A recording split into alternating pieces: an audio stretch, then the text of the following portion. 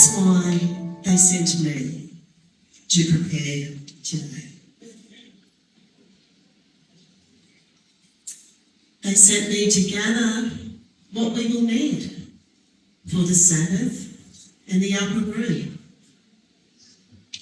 Once our teacher,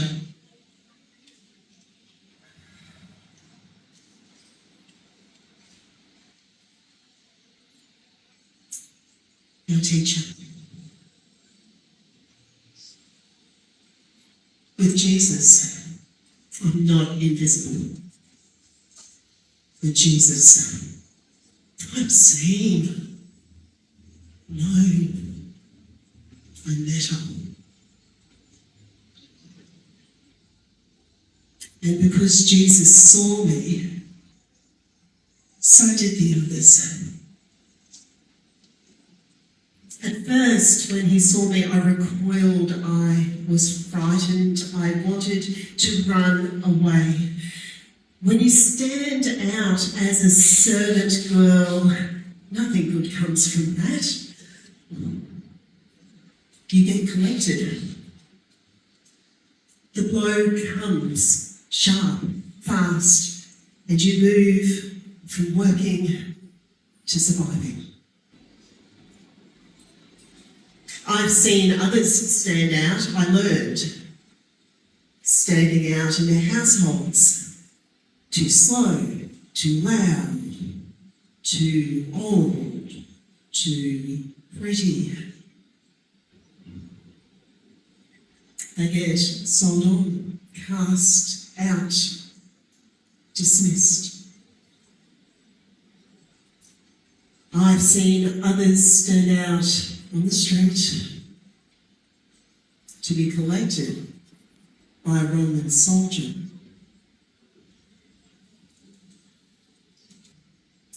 In our world, safety comes from being invisible.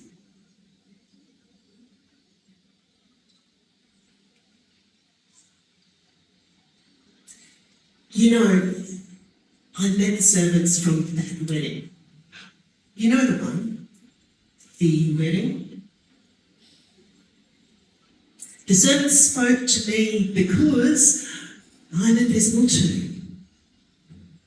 They knew I wouldn't tell the story anywhere that would get them in trouble, where they might have to be called to account.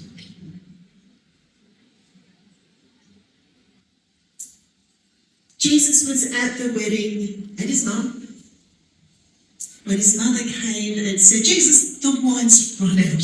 Can you fancy that? Imagine running out of wine at a wedding. And the servants told me, she said, "Do whatever he tells you."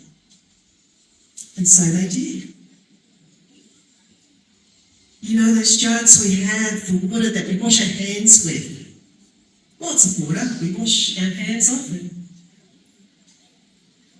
It turned into wine, and not just any wine, but the best possible wine. It was astonishing, and yet the only people that got to see was Jesus' mother, his friends, and the servants.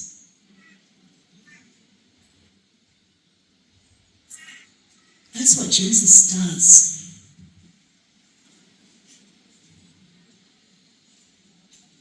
You know, Jesus healed a blind man as well. Surely you know this story. It's everywhere around town. Can you imagine seeing for the first time? Colours, lights, faces. I think I can understand a little of what that was like. Maybe it was a little like being seen for the first time.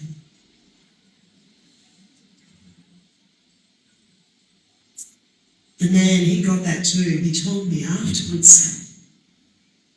He really stood out after being healed. he became a target. But that didn't hold him back from talking about what had happened. How can you go backwards when something like that happens? When you see, when you're seen. Once you're seen, it's nearly impossible to go back into invisibility. You know, Jesus had leaders of the Sanhedrin amongst his people. Nicodemus was one. He met with Jesus at night. He was trying to be invisible. He could have learned something from us.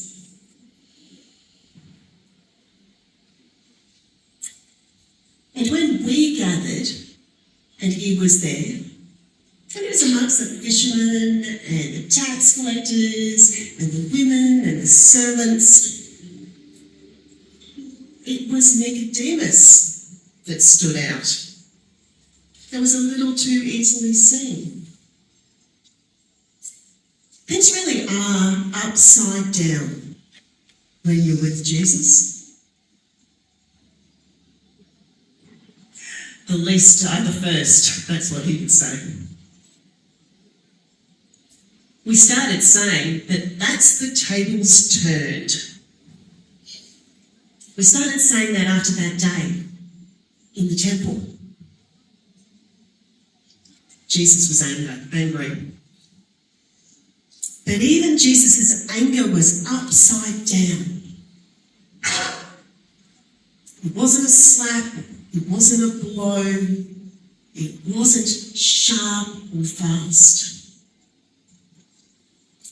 Jesus sat and braided a whip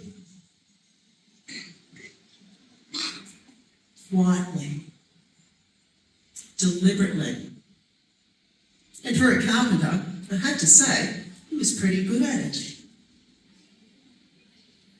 Over and under loops and knots, quietly, methodically. I wondered if he was praying. He often prayed.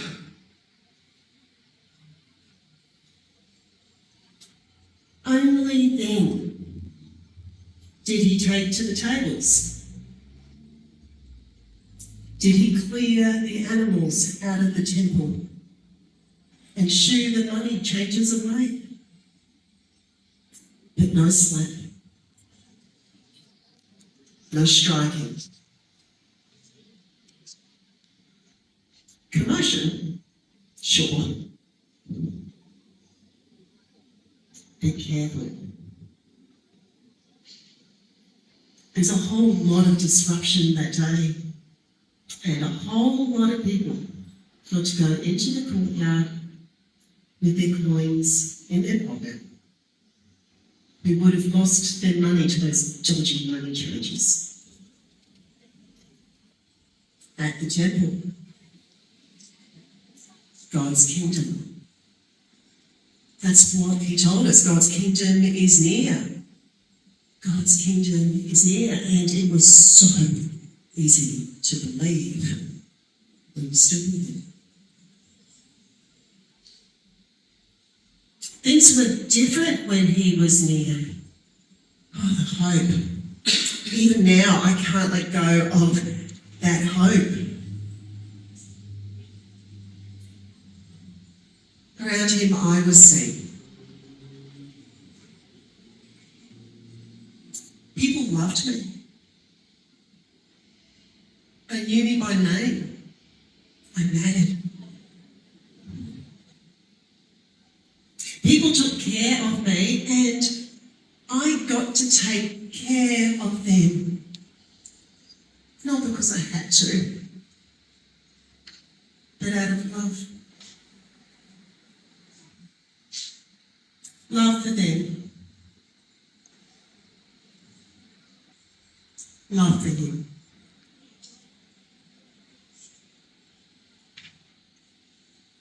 But death gets the last word.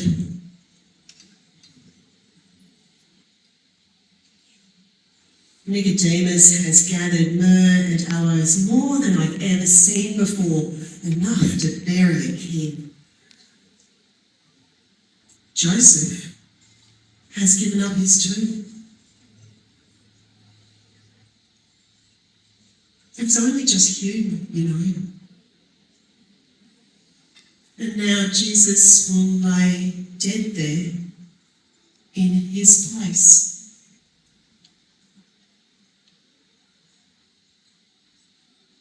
There's no coming back from the tomb.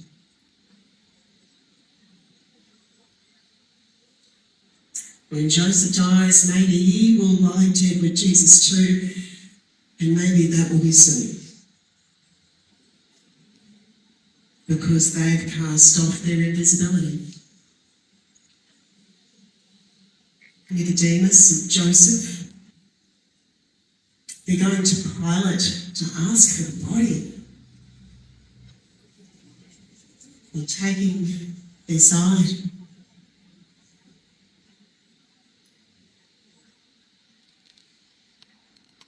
They're going to claim our teacher as their own, even now, especially now.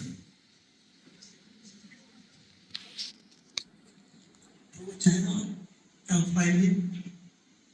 They'll gather him up. They'll take him down from the cross. They'll tend to it. They'll wrap him. You know they fought for him. You know they fought for him at his trial. Two voices against the mob. But how could they stay silent after all that they had seen, after all we had seen, after all we had become? How could they cope with invisibility after being seen by Jesus?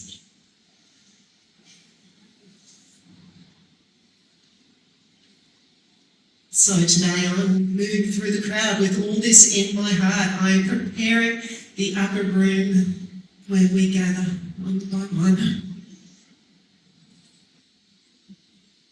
We will lock the doors behind us. We will seal it like our tomb, waiting for our tomb. All of us gathered together, burying ourselves in some sort of futile invisibility, buried alive, waiting for our death or capture.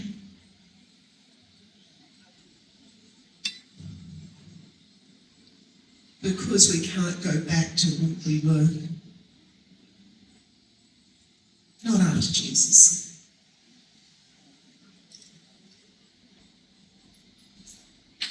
Who are we without Jesus amongst us?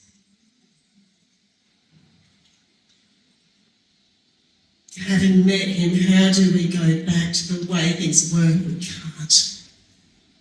We can't. Look at what we lost. Look at who we lost. The hope. God's kingdom was near with him.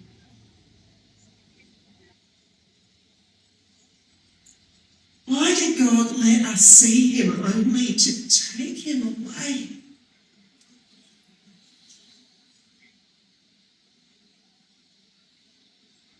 How can we watch him die?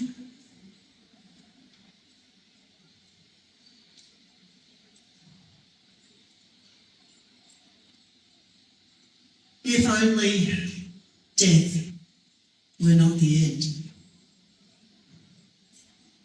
If only the tomb were not so final.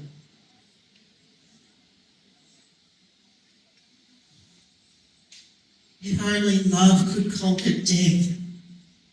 Starting with Jesus. Maybe then God's kingdom will be near. lady then.